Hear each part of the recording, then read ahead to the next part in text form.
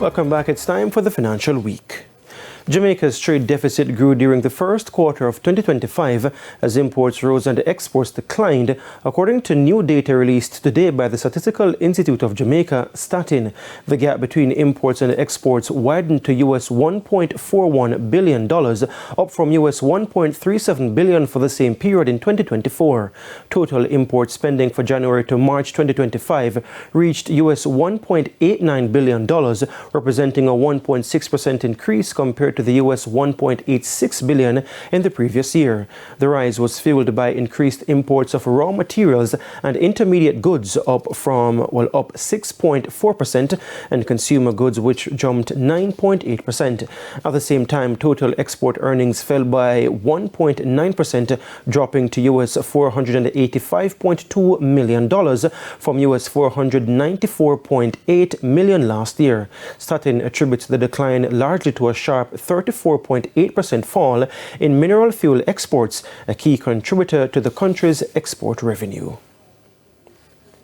More homes across Jamaica are about to get high-speed internet as Digicel ramps up its push to close the digital divide, expanding its fiber network, part of an aggressive growth strategy. Details in this report. Digicel Jamaica says more Jamaicans are about to get faster internet service, with plans to roll out fibre to over 40,000 homes in the coming months. CEO Steve Murad says the company is committed to ensuring every Jamaican, no matter where they live, has access to world-class connectivity. So Hurricane Beryl taught us a lot last year, taught us about how we need to invest in resilience, not just in super fast fibre connectivity. So we got a lot of plans in place. We're even solarizing over half of the mobile network over the next 12 months as well. And that's really important for the millions of Jamaicans who use our mobile network every single day. So yes, having a fibre connectivity in the home is very important as well. But we understand that people traverse backwards and forwards to work. So wherever they go in the communities is to make sure they get a strong mobile connection. Murad added that Digicel is also focusing on underserved areas, including inner city and parts of South Trelawney. It'll be about using a mix of technology. So there'll be some areas of Jamaica where we won't be able to reach the fibre. So we need to make sure we got the strongest mobile internet connection. And there's other emerging technologies as well. So again, whilst it's not great for people today and they're probably a little bit impatient, but we are trying to bring connectivity in all shapes and forms to all of Jamaica as well. And we recognise that's a huge part that Digicel Jamaica plays, and we don't take that lightly. Beyond the immediate rollout, Digicel is looking at major towns and cities and is working to strengthen the reliability and speed of its network island-wide. This comes as the company recently launched its fibre to the home and business in Montego Bay.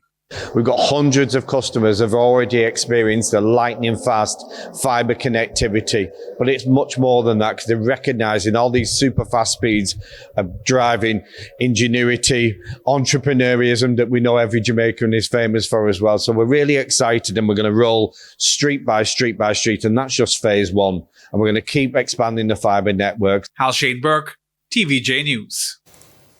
Fast food chain Birdshak has announced it will be closing its Red Hills Road location on Saturday, July 19, 2025, just a year after the branch first opened.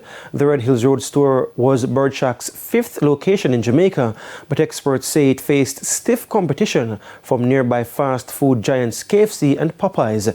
Despite the closure, the company says its customers can still enjoy the full Birdshak experience at its Ocho Rios and Montego Bay branches, which remain open. In a statement, Birdshak says it's actively searching for a new location in Kingston.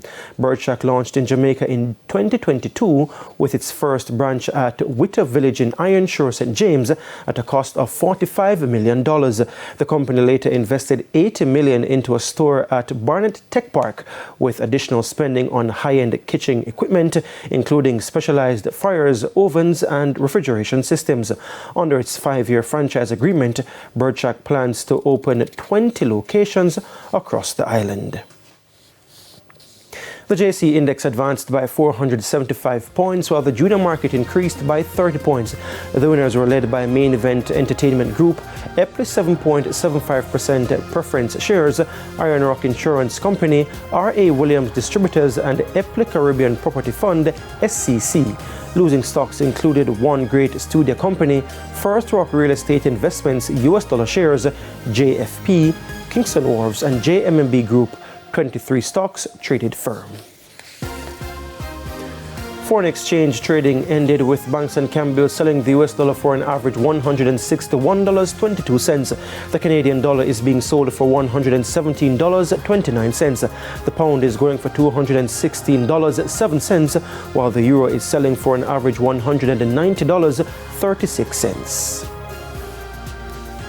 And that's the Financial Week. Stay tuned for news from overseas and or Bite of the Week. We'll be right back.